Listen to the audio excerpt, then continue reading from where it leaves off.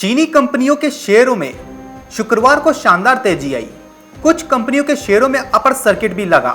जानकारों का कहना है कि आने वाले महीनों में चीनी की कीमतों में तेजी आने की उम्मीद है। कीमतें 36 से 37 रुपए प्रति किलोग्राम तक पहुंच सकती हैं।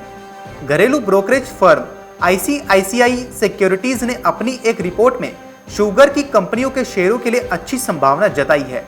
उसने इस रिपोर्ट में कहा है कि जल्द इन कंपनियों की रेटिंग दोबारा होगी।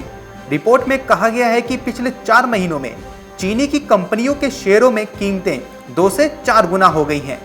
और रिपोर्ट में यह भी कहा गया है कि सरकार के इथेनॉल मिलाने के आक्रामक प्लान की बदौलत शुगर सेक्टर में साइक्लिकल की जगह स्ट्रक्चरल ग्रोथ की उम्मीद दिख रही है। अगले 3 साल में शुगर कंपनियों की कमाई में अच्छी ग्रोथ दिख सकती है। शुक्रवार को द्वारिकेश शुगर के शेयर का भाव 7.58% चढ़कर 80 रुपये 15 पैसे हो गया।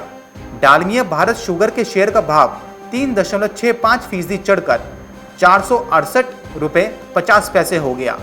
चीनी का उत्पादन करने वाली छोटी कंपनियों जैसे मवाना शुगर्स, केसर एंटरप्राइजेस, पिकार्डली शुगर और एलाइड इंडस्ट्रीज के शेयरों में 5% का अपर सर्किट लगा।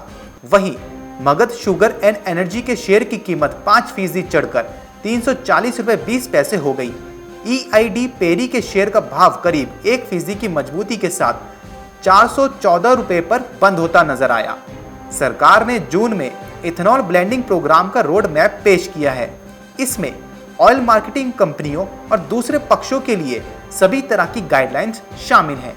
वहीं ICICI सिक्योरिटीज ने कहा है कि शुगर इंडस्ट्री को काफी मात्रा में चीनी का इस्तेमाल इथेनॉल उत्पादन के लिए करना होगा।